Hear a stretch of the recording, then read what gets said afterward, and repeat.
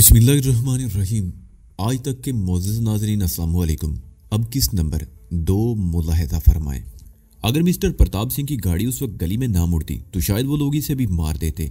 मुझे यकीन है कि अब वो लोग इसे भी ख़त्म करने की कोशिश करेंगे, इसलिए इसकी हिफाजत बहुत ज़रूरी है। फिक्र मत करो ऑफिसर, चियांग शू ने जवाब दिया। मैं इस मकान पर 2 मुसल्लह कांस्टेबलों की ड्यूटी लगा देता हूँ। वो लोग मकान से बाहर आ गए। लाशें उठवाने से पहले आबद अली के लिबास की तलाशी ली गई और जेबों से बरामद होने वाली तमाम एशिया की फहरिस्त बनाकर बशीर नामा तैयार किया गया। मकान की चाबियां प्रताप सिंह के हवाले कर दी गई और कुछ देर बाद जब लाशें उठाकर एम्बुलेंस में डाली गई तो वहीदान दाढ़े मार मार कर रोने लगा। वो प्रताप सिंह से संभाले नहीं संभल रहा था। ये अंदूनाक मंदिर देखकर वहां खड़े हुए लोगों की आंखें भी भीग गई थी। वहीदान एक बार फिर बेहोश हो गया। प्रताप सिंह उसे अपने घर में ले आया और उसके मुंह पर पानी के छींटे देकर उसे होश में लाने की कोशिश करने लगा। कुछ देर बाद वहीदान होश में आ गया, लेकिन प्रताप सिंह को खतरा था कि इसका ज़हनी तवाज़ुन ना बिगड़ जाए। इस मासूम बच्चे पर क़यामत ही टूट पड़ी थी। इसकी आंखों के सामने इसके माँ बाप को कत्ल किया गया था। ये तो बच्चा था, कोई बड़ा भी होता तो शायद अपने आप को संभाल ना पाता। प्रताप सिंह के मकान में कुछ और लोग भी जमा हो गए। उनमें खवातीन भी थी जो वहीदान को सीने से लिपटा लिपटा कर इसे दिलासा दे रही थी। गली के तमाम घरों में वहीदान का आना जाना था। वो उन तमाम खवातीन से मानूस था, हर एक से लिपट लिपट कर रो रहा था। नरेश कुमार, प्रताप सिंह ने अपने दोस्त की तरफ देखते हुए कहा, डॉक्टर रहमान को फोन कर दो, मुझे डर है कि वहीदान को कुछ हो ना जाए। सो रब्दी, इसे कुछ हो गया तो तुम डॉक्टर रहमान को बस फोन करो। नरेश कुमार लाउंज में रखे हुए फोन के करीब आ गया और रिसीवर उठाकर डॉक्टर रहमान का नंबर डायल करने लगा। उस वक्त रात के 3 बजे थे।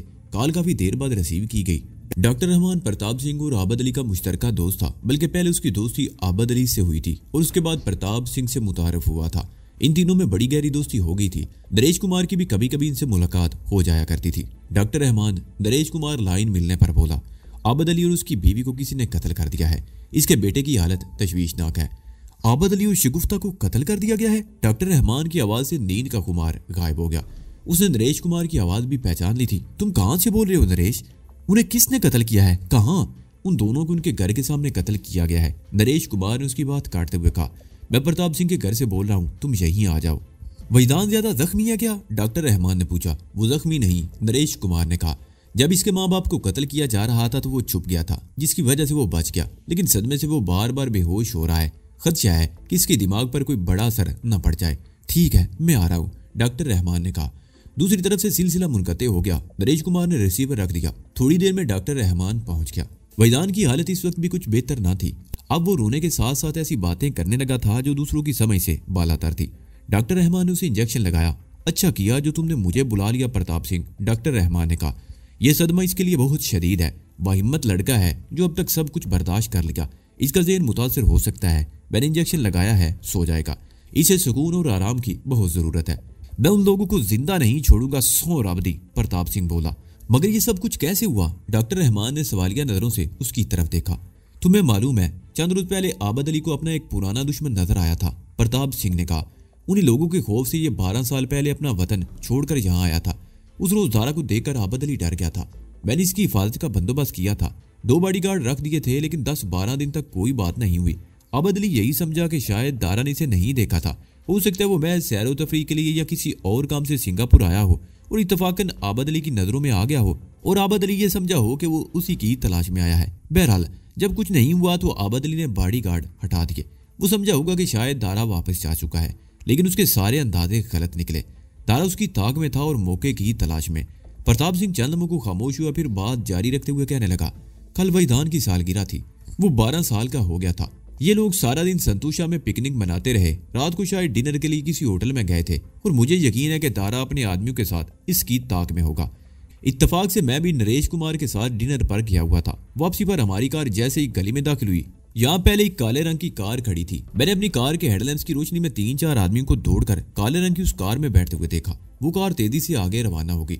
उस वक्त मेरी समझ में ना आ सका कि वो लोग कौन थे और इस तरह क्यों भागे थे, मगर जब हमने अपनी कार रोकी तो खून खराबा नजर आया। पाबो शगुफ्ता खत्म हो चुकी थी। आबद अली शदीद जख्मी था। उसने मेरी गोद में दम तोड़ा था। मैं वो सब कुछ नहीं बोल सकता यार। ये मासूम बच्चा जिस तरह बिलक बिलक कर रो रहा था, इसने मेरे रोंगटे खड़े कर दिए थे। तुम खुद सोचो यार, जिस बच्चे के सामने उसके माँ बाप को बेदर्दी से कत्ल कर दिया गया हो, उसकी ज़हनी हालत क्या होगी?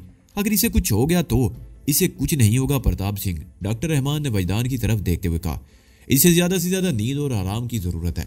2-4 दिन इसका ख्याल रखना पड़ेगा। इसके बाद बतदरीज सदमा कम होता चला जाएगा और ये अपने आप को संभालेगा। और उसके बाद प्रताप सिंह बोला, क्या वजदान ये सब कुछ भूल जाएगा? इसने अपनी आंखों से जो कुछ देखा इसे फरामोश कर देगा? नहीं, डॉक्टर रहमान ने कहा, वजदान ये सब कुछ कभी नहीं भूल सकेगा। ये वाकया भयानक याद बनकर उसके दिमाग में चिपका रहेगा और शायद यही भयानक याद इसकी जिंदगी का रास्ता बदल दे। इसे अपनी जिंदगी का रास्ता बदलना होगा। प्रताप सिंह ने कहते हुए वजदान की तरफ देखा। उसकी आंखें बंद हो चुकी थी। इंजेक्शन अपना असर दिखा रहा था और वो नींद की आगोश में पहुंच चुका था। नींद में भी वो सिसकियां भर रहा था। प्रताप सिंह 3 दिन तक बड़ा मसरूफ रहा। आबद अली और शगुफ्ता की तदफीन का बंदोबस्त उसने डॉक्टर रहमान से मिलकर किया था। आबद अली एक मुखलिस और मिलनसार आदमी था। इस जजीरे पर उसके कई दोस्त थे जिनमें हर कौमियत के लोग शामिल थे। उनमें मुसलमानों की अक्सरियत थी। तदफीन, कुरान ख्वानी और सोम वगैरह के तमाम इंतजामात डॉक्टर रहमान और उसके मुसलमान दोस्तों ने किए थे। वजदान इसी दौरान में ज्यादातर नींद की कैफियत में रहा था। डॉक्टर रहमान उसका ख्याल रखे हुए था। वो हर 2-3 घंटों बाद उसे देख लेता था। चौथे रोज डॉक्टर रहमान ने उसे इंजेक्शन नहीं लगाया क्योंकि उसके ख्याल में अब इसकी जरूरत नहीं रही थी। नींद और बेदारी के वक्फों के दौरान में डॉक्टर रहमान और प्रताप सिंह उससे इस तरह बातें करते रहे थे जिससे सदमे का असर कम हो जाए और उसमें हौसला पैदा हो। वजदान एक बाहिम्मत लड़का था। उसके ज़हन ने बहुत जल्द सूरत-ए-हाल को कबूल कर लिया। प्रताप सिंह की बातों ने भी उसे संभलने में बड़ी मदद दी। इसी दौरान में अखबारात बड़ी बाकायदगी से नुमायां तौर पर उस वाक़े को कवरेज देते रहे थे। जजीरे पर यूं तो वारदातें होती ही रहती थी। अखबारात में जराइम की खबरें भी छपती रहती थी, लेकिन दूर कत्ल की ऐसी खौफनाक वारदात कभी नहीं हुई थी। इसलिए अखबारात भी इसे अच्छी खासी अहमियत दे रहे थे और लोग भी दिलचस्पी से ये खबरें पढ़ते थे। हर शख्स ये जानना चाहता था कि कातलों का सुराग मिला या नहीं। अखबारात के नुमाइंदे और फोटोग्राफर्स बार बार प्रताप सिंह के घर के चक्कर लगा रहे थे। वो लोग वजदान का इंटरव्यू छापना चाहते थे, लेकिन प्रताप सिंह ने किसी को भी वजदान के करीब नहीं फटकने दिया। पुलिस भी वजदान का बयान लेना चाहती थी, लेकिन डॉक्टर रहमान ने इजाजत नहीं दी। उसने पुलिस पर वादे कर दिया था कि वजदान अभी ज़हनी तौर पर इस काबिल नहीं कि पुलिस के सवालात के जवाब दे सके। अखबारात ने यह भी लिखा था कि वजदान उस लर्दाखेज़ वारदात का वाहिद चश्मदीद गवाह है। वो एक तरफ अगर पुलिस के लिए अहम था तो दूसरी तरफ कातिलों के लिए भी बड़ी अहमियत रखता था। अखबारात ने यह अंदेशा भी जाहिर किया था कि आबद अली और शगुफ्ता के कातिल वजदान को भी अपने रास्ते से हटाने की कोशिश करेंगे, इसलिए उसकी हिफाजत का माकूल इंतजाम किया जाए। पुलिस ने उसकी हिफाजत के लिए सिर्फ 2 कांस्टेबल तैनात किए थे और अखबारात ने उस पर अदम इत्मीनान का इजहार किया था। एक हफ्ता गुजर गया। सूरत-ए-हाल किसी कदर नॉर्मल हो गई और अब डॉक्टर रहमान के ख्याल में वजदान भी अब इस काबिल था कि पुलिस का सामना कर सके, इसलिए उसने पुलिस को उसका बयान लेने की इजाजत दे दी। इंस्पेक्टर चियांगशू और होमिसाइड ऑफिसर वजदान के सामने बैठे हुए थे और वजदान उन्हें बता रहा था कि उस रोज ये वाकया किस तरह पेश आया था। तुमने कहा है कि तुम्हारे डैडी ने उस शख्स को दारा के नाम से मुखातिब किया था। होमिसाइड ऑफिसर ने कहा, क्या तुम बता सकते हो कि ये दारा कौन है? इससे पहले तुमने उसे देखा था? वो तुम्हारे डैडी से मिलने तो आता होगा? नहीं, मैंने इससे पहले कभी उसे नहीं देखा। वजदान ने नफी में सर हिलाते हुए जवाब दिया। वो कभी मेरे डैडी से मिलने के लिए नहीं आया। अपने डैडी और मम्मी की बातों में तुमने कभी उसका नाम सुना था? ऑफिसर ने पूछा। हाँ, वजदान ने जवाब दिया। कत्ल से चंद रोज पहले एक रात डैडी जब घर आए तो बहुत खौफजदा थे। उस रात मैंने मम्मी और डैडी को बातें करते हुए सुना था। डैडी कह रहे थे कि मलिक नवाज अली हमें नहीं भूला और दारा यहाँ आ गया है। मलिक नवाज अली कौन है? होमिसाइड ऑफिसर ने पूछा। ये बच्चा उसे नहीं जानता। मैं बाद में आपको बताऊंगा कि मलिक नवाज अली कौन है और दारा कौन है, प्रताप सिंह ने मुदाखलत करते हुए कहा। उस रात तुमने दारा को देखा था? क्या तुम उसका हुलिया बता सकते हो? ऑफिसर ने वजदान की तरफ देखते हुए पूछा। वजदान चंद में खामोश रहा, फिर वो दारा का हुलिया बताने लगा। दारा और उसके आदमियों ने कार से उतरकर जब उन लोगों को घेरा था तो उस वक्त वजदान अगरचे खौफजदा था, लेकिन दारा का हुलिया उसे याद था। उसका खूनी चेहरा तो उसके जहन पर नक्श होकर रह गया था। उसे कैसे भूल सकता था? ठीक है, होमिसाइड ऑफिसर ने उठते हुए कहा। अब तुम आराम करो बेटा और दिलो दिमाग पर ज्यादा बोझ मत डालो। तुम जवान और बाहिम्मत लड़के हो। तुमने जिस तरह ये सदमा बर्दाश्त किया है वो काबिले तारीफ है। हम तुम्हारे डैडी और मम्मी के कातिलों को जरूर ढूंढ निकालेंगे। वो कानून की गिरफ्त से बचकर नहीं जा सकते। अगर कानून उन्हें ना ढूंढ सका तो मैं अपने माँ बाप के कातिलों को तलाश करूंगा, वजदान ने कहा। उसके लहजे में कोई ऐसी बात थी जिसने उन्हें चौंकने पर मजबूर कर दिया था। दिल खुश कीता ही पुत्रा, प्रताप सिंह वजदान का कंधा थपथपाते हुए बोला। अगर कानून तुम्हारे माँ बाप के कातिलों का सुराग ना लगा सका तो तुम उन्हें तलाश करके कैफरे किरदार को पहुंचाओगे। उनकी तलाश में मैं तुम्हारा साथ दूंगा। वो यहाँ ना मिले तो हम पाकिस्तान जाएंगे, वहां भी ना मिले तो पूरी दुनिया में उन्हें तलाश करेंगे। हम उन्हें छोड़ेंगे नहीं, मैं तुम्हारे साथ हूँ। दोनों पुलिस ऑफिसर घूर कर प्रताप सिंह की तरफ देखने लगे। रुखसत होने से पहले जब वो प्रताप सिंह से हाथ मिला रहे थे तो इंस्पेक्टर चियांग शू ने कहा, प्रताप सिंह तुम हमसे मिलना, हम तुमसे बात करेगा। जरूर मिलूंगा इंस्पेक्टर, प्रताप सिंह ने जवाब दिया। उनके जाने के बाद डॉक्टर रहमान कुछ देर वहां बैठा रहा, फिर वो भी उठकर चला गया। प्रताप सिंह उसे छोड़ने के लिए बाहर के दरवाजे तक आया तो एक फोटोग्राफर दरवाजे पर मुतय्यन पुलिस वालों से बहस कर रहा था। वो उनसे अंदर जाने की इजाजत तलब कर रहा था ताकि वैदान की तस्वीरें खींच सके। क्या बात है भाई, क्यों बहस कर रहे हो इनसे? प्रताप सिंह ने उसे घूरा। एक तस्वीर, सिर्फ एक तस्वीर बनाना चाहता हूँ प्रताप सिंह जी, फोटोग्राफर ने कहा। वो स्ट्रेस टाइम्स का फोटोग्राफर था और यकीनन प्रताप सिंह को जानता था। एक क्या, तुम जितनी तस्वीरें बना लो मेरे यार, पूरा रोल खींच लो, मैं तैयार हूँ। प्रताप सिंह अपनी पगड़ी दुरुस्त करता हुआ उसके सामने खड़ा हो गया। आपकी नहीं सरदार जी, उस बच्चे की तस्वीर, फोटोग्राफर ने कहा। क्यों, मेरा चोखटा पसंद नहीं आया? प्रताप सिंह ने उसे घूरा। आपकी एक तस्वीर तो मैं छाप चुका हूँ सरदार जी, अगर आप मुझे उस बच्चे की एक तस्वीर खींचने दे तो मेरा कैरियर बन जाएगा, फोटोग्राफर बोला। और उस बच्चे का कैरियर बल्कि उसकी जिंदगी तबाह हो जाएगी। प्रताप सिंह ने उसे घूरते हुए कहा, अकल से काम लो तुम लोग, तुम जानते हो उस वारदात का वाहिद चश्मदीद गवाह है और कातिल उसे नहीं पहचानते। अगर उसकी तस्वीर अखबार में छप गई तो वो आसानी से शिनाख्त कर लिया जाएगा और शायद उसके बाद वो 2-4 दिन से ज्यादा जिंदा ना रह सके। जा मेरे यार, बीच पर चला जा, वहां किसी चिट्टी चमड़ी वाली मेम की तस्वीर खींचकर अखबार में छाप देना। सरदार जी नहीं भाई, अब तुम यहाँ से चले ही जाओ तो बेहतर है, प्रताप सिंह ने सर्द मोरी से जवाब दिया और दरवाजा बंद करके अंदर आ गया। उस वक्त शाम के 6 बज रहे थे और घर में प्रताप सिंह के सिवा कोई ना था। वो कमरे में आकर कुछ देर तक वैदान से बातें करता रहा, फिर किचन में आकर चाय बनाने लगा। प्रताप सिंह इस घर में अकेला ही रहता था। उसकी उम्र अगरचे 50 के लगभग थी, लेकिन सेहत काबिल रिश्क थी। अच्छी सेहत की वजह से वो अपनी उम्र से बहुत कम लगता था। प्रताप सिंह जब अपने माँ बाप के साथ सिंगापुर आया था तो उसकी उम्र 15 साल थी।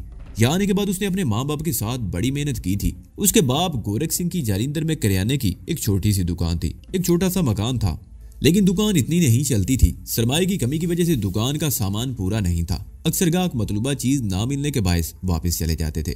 उन्हीं दिनों गोरख सिंह का एक रिश्तेदार 2 साल सिंगापुर में रहने के बाद वापस आया तो उसे देखकर गोरख सिंह की आंखें खुली की खुली रह गई। वो शख्स जालिंदर से गया था तो उसके पास सिर्फ तन के कपड़े थे और 2 साल बाद वापस आया तो मोहल्ले वाले भी उसे देखकर दांतों में उंगलियां दाब कर रह गए थे। वो इतना पैसा और सामान लेकर आया था कि लोगों को यकीन नहीं आ रहा था कि ये सब कुछ उसने सिर्फ 2 साल में कमाया है। हालांकि 2 साल की सरसे के दौरान में भी वो अपने घर वालों को हर महीने पैसे भेजता रहता था। उसे देखकर गोरख सिंह यही समझा कि सिंगापुर में मींह बरसता है। जालिंदर में रहकर वो गुर्बत और अफलास की चक्की में पिस रहा था। कहने को तो वो दुकानदार था, लेकिन हकीकत ये थी कि दुकान की कमाई से उसका अपने घर का खर्च पूरा नहीं हो रहा था। हालांकि उनका कुंबा सिर्फ 4 अफराद पर मुश्तमिल था। वो खुद, उसकी बीवी और 2 बच्चे, एक प्रताप सिंह और दूसरी उसकी बहन सुरिंदर कौर। गोरख सिंह ने भी सिंगापुर जाने का फैसला किया। उसने दुकान और मकान बेच दिया और 1.5 माह के अंदर अंदर सिंगापुर पहुंच गया। यहाँ आकर उसे पता चला कि सिंगापुर में भी जायज जराए से दौलत कमाना आसान नहीं है। वो कुछ अर्सा मेहनत मजदूरी करता रहा, फिर उसे एक पुरानी टैक्सी सस्ते दामों मिल गई और वो टैक्सी चलाने लगा। प्रताप सिंह को पढ़ने का शौक था, इसे तारीख से दिलचस्पी थी। इस खूबसूरत जजीरे की सैर-ओ-सियाहत के दौरान में उसे एहसास हुआ कि जजीरे की तारीख पर एक दिलचस्प किताब लिखी जाए। उसने महकमा सियाहत से रब्ता किया तो उसे ये जानकर बड़ी मायूसी हुई कि महकमा सियाहत पहले ही ऐसी एक नहीं कई किताबें छाप चुका है। मगर प्रताप सिंह ने हिम्मत नहीं हारी और बिलाखिर एक मेहरबान के तवस से सिंगापुर के एक सुपर डिलैक्स होटल से उसका मुआहदा हो गया। होटल ने मुख्तलिफ ममालिक में अपनी पब्लिसिटी के लिए पहले ही से एक मंसूबा बना रखा था। उस मंसूबे के तहत मुख्तलिफ जबानों में कई की किताबचे छप चुके थे। प्रताप सिंह से हिंदी जबान में किताबचा लिखने का मुआहदा हुआ। प्रताप सिंह हिंदी जबान बहुत अच्छी तरह जानता था। उसे ये मुख्तसर किताबचा लिखने में कोई दुश्वारी पेश नहीं आई।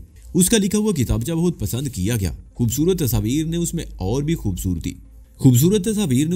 भी खूबसूरती पैदा कर दी थी। हकीकत ये थी कि अपने तौर पर सिंगापुर की तारीख मुरतब करने में प्रताप सिंह ने बड़ी मेहनत की और उसमें कई महीने लगे। 622 मुरब्बा किलोमीटर रकबे पर फैले हुए उस जजीरे को जनूबी एशिया का दरवाजा कहा जा सकता है। यहाँ एशिया की तमाम तहजीबें मौजूद हैं। ये छोटा सा खूबसूरत जजीरा मलेशिया के कदमों में वाक़ है और एक तंग सी समुद्री पट्टी इसे मलेशिया के मेन लैंड से अलग करती है। मिडल ईस्ट, जनूबी एशिया और चीन के समुद्री रास्तों के संगम पर होने की वजह से सियाहत और तिजारत का बहुत बड़ा मरकज है।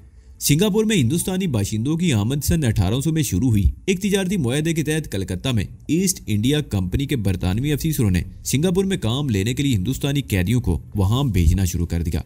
वहां उन्हें जेलों में रखने की बजाय मुकम्मल आज़ादी दे दी गई और वो अपनी पसंद के कारोबार करने लगे। हिंदुस्तानी बाशिंदे जिस इलाके में आबाद हैं उसे टसल इंडिया कहा जाता है। ये इलाका सीजन गोन रोड पर वाक़े है। यहाँ पहुंचकर यही महसूस होता है जैसे भारत के किसी कदीम इलाके में आ गए हों। यहाँ हर किस्म की दुकानें और ज़रूरत की हर चीज़ मिलती है। प्रताप सिंह का मुरतब किया हुआ हिंदी ज़बान में छपा हुआ ये किताबचा उस सुपर डिलैक्स होटल की तरफ से हिंदुस्तान में तकसीम किया गया था और प्रताप सिंह को उस किताबचे की तैयारी के सिलसिले में $1000 मिले थे। इस काम का ये मुआवजा अगरचे बहुत कम था, लेकिन प्रताप सिंह ने इसे भी गनीमत समझा था। उसकी आमदनी के अलावा उसे किताबचे का एक बहुत बड़ा फ़ायदा ये हुआ था कि सिंगापुर की तारीख से आगाही के अलावा उसे उस जजीरे के चप्पे चप्पे से वाकफियत हो गई थी। प्रताप सिंह कॉलेज के आखिरी साल में था। फाइनल एग्जाम्स होने में तकरीबन 2 महीने बाकी थे। उस रोज़ वो कॉलेज से वापसी पर अपने एक दोस्त के यहाँ चला गया। वहाँ से वापस आया तो शाम के 6 बज चुके थे। सारा दिन उसका बाप गोरख सिंह टैक्सी चलाता था। रात 8 बजे के बाद प्रताप सिंह टैक्सी चलाया करता था। उन दिनों उनकी रिहाइश लिटिल इंडिया में वाक़ एक तंग सी गली के छोटे से मकान में थी। टैक्सी बाहर मेन रोड पर किराए के गैराज में खड़ी की जाती। उस रोज घर की तरफ जाते उसे गैराज के सामने टैक्सी खड़ी हुई नजर आ गई। इसे उस वक्त टैक्सी देखकर हैरत हुई, क्योंकि आमतौर पर उसका बाप शाम 7 बजे वापस आया करता था। की गल है बापू, आज तुम जल्दी आ गए? उसने घर में दाखिल होकर बाप का सामना करते हुए पूछा। आहो पुत्र, गोरख सिंह ने जवाब दिया। पाकिस्तान से एक फैमिली आई हुई है सैरो तफरी करने के लिए। उन्होंने मुझे रात भर के लिए बुक कर लिया है। 7 बजे जाना है। मैंने सोचा टैक्सी को कुछ आराम करा दूं। मुझे जाना होगा? प्रताप सिंह ने सवालिया निगाहों से बाप की तरफ देखा। नहीं, मैं ही जाऊंगा, गोरख सिंह ने जवाब दिया। तुम्हारी माँ और बहन खारा सिंह के घर जा रही हैं। मैं इन्हें छोड़ता चला जाऊंगा। तुम रात 10 बजे के करीब इन्हें जाकर ले आना। ठीक है बापू, इसी दौरान मैं थोड़ा पढ़ दूंगा, प्रताप सिंह ने कहा। 5-10 मिनट बाद प्रताप सिंह के घर वाले चले गए और वो पढ़ने के लिए बैठ गया। और फिर उसके बाद उसे अपनी बहन और माँ बाप को देखना नसीब नहीं हुआ था। 9 बजे के करीब उसे इतला मिली कि उसके घर वालों को हादसा पेश आ गया है। इतला लाने वाला भी एक टैक्सी ड्राइवर ही था। प्रताप सिंह उसके साथ ही चल पड़ा। बरकत नाम का वो अधेड़ उम्र टैक्सी ड्राइवर मुसलमान था। प्रताप सिंह भी उसे जाती तौर पर जानता था। बरकत रास्ते में उसे बता रहा था कि गोरख सिंह की टैक्सी को हादसा ड्राई कार्ट एवेन्यू पर टेंगलन क्लब के करीब पेश आया था। प्रताप सिंह के दिल में तरह तरह के वसवसे आ रहे थे। उसके बाप का दोस्त खारा सिंह टेंगलन क्लब में काम करता था और उसकी रिहाइश भी क्लब के करीब ही थी। प्रताप सिंह नहीं समझ पा रहा था कि टैक्सी को हादसा क्लब की तरफ जाते हुए पेश आया था या वापसी पर। बापू टैक्सी में अकेला था या उसके साथ कोई और भी था? प्रताप सिंह ने खुश कोंठों पर जबान फेरते हुए बरकत से पूछा। मेरा मतलब है मेरी बहन और बेबे भी गाड़ी में थी या नहीं? वो ने खारा सिंह के घर पर छोड़ने गया था। उसके बाद बापू को कहीं और जाना था। पाकिस्तान से आने वाली किसी फैमिली ने रात भर के लिए उसकी टैक्सी बुक करवाई थी। उसके साथ 2 औरतें भी थी और वो यकीनन तुम्हारी माँ और बहन होगी। बरकत ने टैक्सी को एक दूसरी सड़क पर मोड़ते हुए जवाब दिया। ये हादसा कैसे पेश आया? तुमने देखा है उन्हें? वो कैसे हैं? प्रताप सिंह ने पूछा। उसकी बेचैनी बढ़ रही थी। वो बार बार खुश कोंठों पर जबान फेर रहा था। ड्राई कार्ट एवेन्यू पर एक मोड़ काटते हुए पेट्रोल का एक तेज रफ्तार टैंकर टैक्सी से टकरा गया था। बरकत ने जवाब दिया। वो पूरी बात गोल कर गया था। टैक्सी के पेट्रोल टैंकर से टकराने का मतलब वो अच्छी तरह समझता था। वो अपने सवाल का जवाब सुनने की अपने अंदर हिम्मत नहीं पा रहा था। हौसला रख यार, बरकत अली ने उसकी तरफ देखते हुए कहा। ऐसे हादसे तो जिंदगी में होते ही रहते हैं। जिंदगी हादसों ही का तो नाम है। प्रताप सिंह खामोश बैठा हुश कोंठों पर जबान फेरता रहा। तकरीबन 40 मिनट बाद वो ड्राई कार्ट एवेन्यू पर पहुंच गए। कुछ आगे जाकर बरकत को टैक्सी रोक लेनी पड़ी। आगे ट्रैफिक जाम था और उसे कुछ आगे लोगों का हुजूम नजर आ रहा था। प्रताप सिंह टैक्सी से उतरकर दौड़ने लगा। हुजूम के करीब पहुंचकर वो लोगों को धकेलता हुआ आगे बढ़ा, लेकिन आगे निकलते उसे एक झटके से रुक जाना पड़ा। उसके साथ ही उसका दिल उछलकर खल्क में आ गया और सीने में सांस रुकता हुआ महसूस होने लगा। बड़ा ही खौफनाक मंजर था उसके सामने। पूरी सड़क पर तेल बिखरा हुआ था। सड़क के वस्त में पेट्रोल का टैंकर उल्टा पड़ा था। टैंकर जला हुआ था। उसकी आग गालबन कुछ देर पहले ही बुझाई गई थी। कहीं कहीं से अब भी धुआं उठ रहा था। टैंकर से तकरीबन 10 गज आगे उसके बाप की टैक्सी भी उल्टी पड़ी थी। टैक्सी भी जलकर कोयला हो चुकी थी। पिछली तरफ का कुछ हिस्सा जलने से महफूज रह गया था और लाइसेंस प्लेट का नंबर साफ नजर आ रहा था। 4-5 पुलिस वाले जली हुई टैक्सी के करीब खड़े थे। पुलिस वालों ने लोगों को दूर रखने के लिए सड़क को घेर रखा था। प्रताप सिंह लोगों को हटाता हुआ जैसे ही आगे बढ़ा, 2 पुलिस वालों ने उसे रोक लिया। ए सरदार, रुक जाओ, तुम आगे नहीं जा सकते, पीछे हटो, एक पुलिस वाले ने चीख कर कहा। वो हमारी टैक्सी है, उसमें मेरा बापू और प्रताप सिंह अकला कर रह गया। वो जुमला मुकम्मल ना कर सका।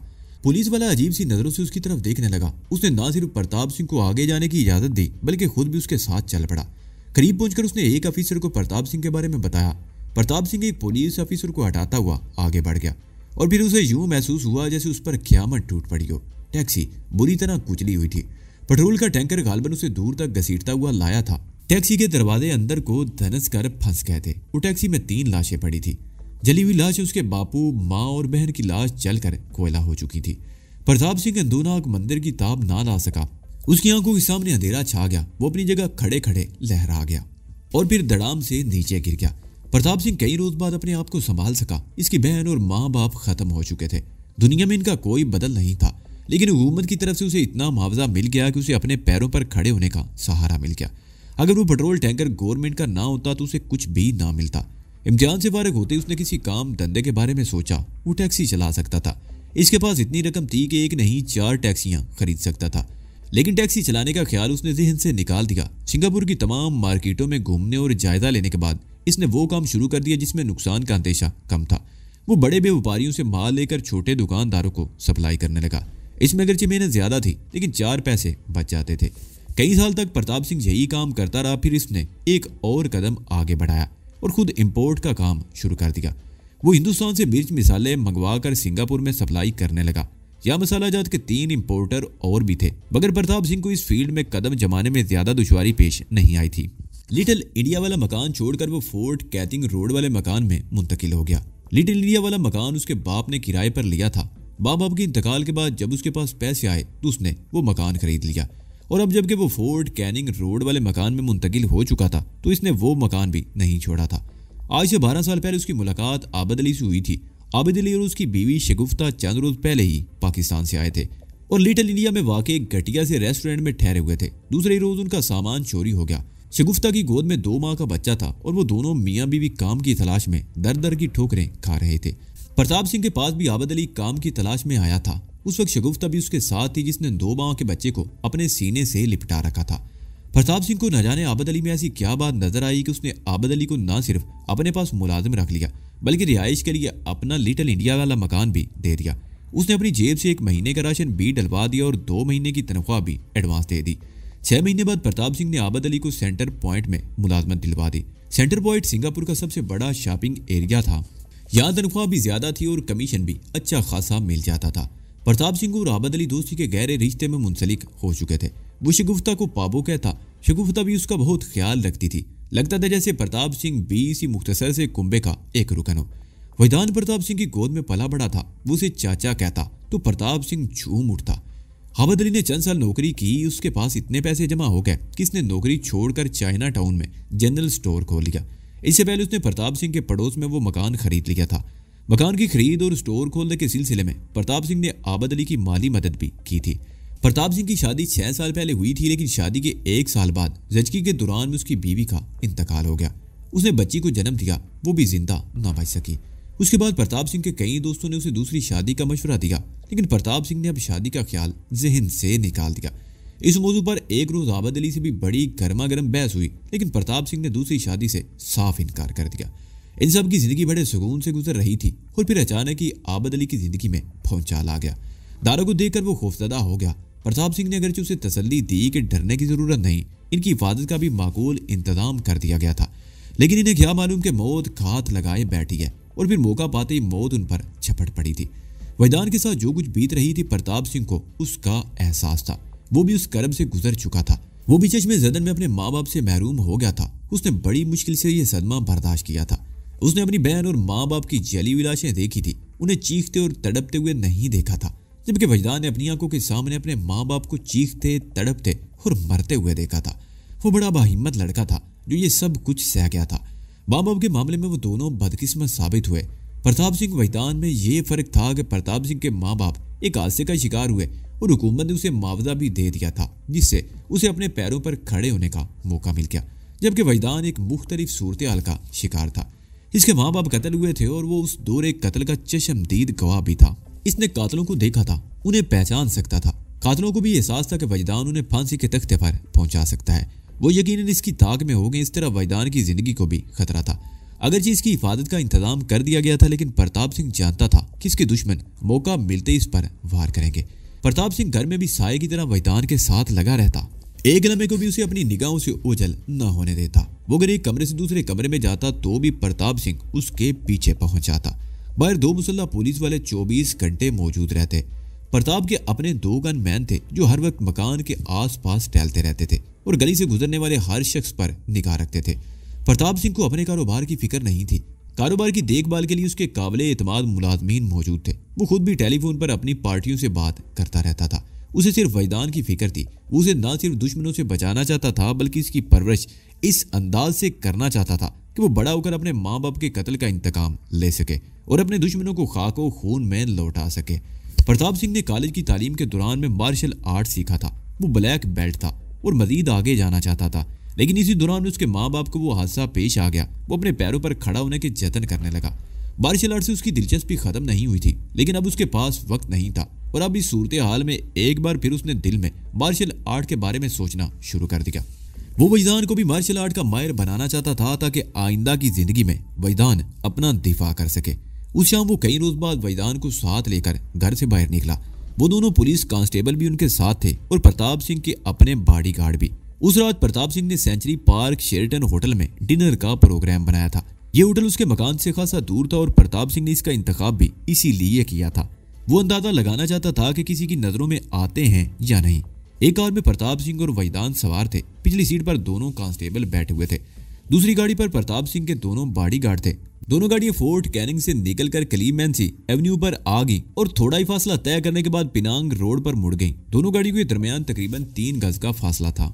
स्टीयरिंग के सामने बैठे हुए प्रताप सिंह की नजरें चारों तरफ घूम रही थी। वो सामने लगे हुए आईने में पीछे आने वाले बॉडीगार्ड की गाड़ी पर भी निगाह रखे हुए था। कार सिमरट रोड पर अमेरिकन एक्सप्रेस सेंटर के सामने से गुजरती हुई आर्चर्ड ब्ले वार्ड की तरफ मुड़ गई। उस वक्त रात के 8:30 बजे थे। उस कुशादा सड़क पर ट्रैफिक का हुजूम था। प्रताप सिंह बड़े मोहतात अंदाज में गाड़ी चला रहा था। एक तवील फासला तय करने के बाद कार टामलन सन रोड पर मुड़ गई और कुछ आगे जाकर एक और मोड़ काटते हुए सेनेट मार्टिन ड्राइव की तरफ घूम गई। सेंचुरी पार्क शेरटन होटल उस सड़क के इख्तिताम पर था। वसीवरीज पार्किंग लॉट पर गाड़ी रोकने के बाद वो नीचे उतर आए। दूसरी गाड़ी भी उनसे कुछ फासले पर रुक गई। दोनों पुलिस वाले बाहर ही रुक गए, लेकिन प्रताप के बॉडीगार्ड जो सादा लिबास में थे उनके साथ अंदर आ गए। प्रताप सिंह ने पहले ही मेज बुक करवा दी थी। वो जैसे डाइनिंग हॉल में दाखिल हुआ, हेड वेटर ने उन्हें उनकी मेज पर पहुंचा दिया। वजदान अपने माँ बाप के साथ अक्सर होटलों में जाता रहता था, लेकिन यहाँ वो पहली बार आया था। उसके लिए हर चीज नई थी। वो बड़ी दिलचस्पी से इधर से उधर देख रहा था।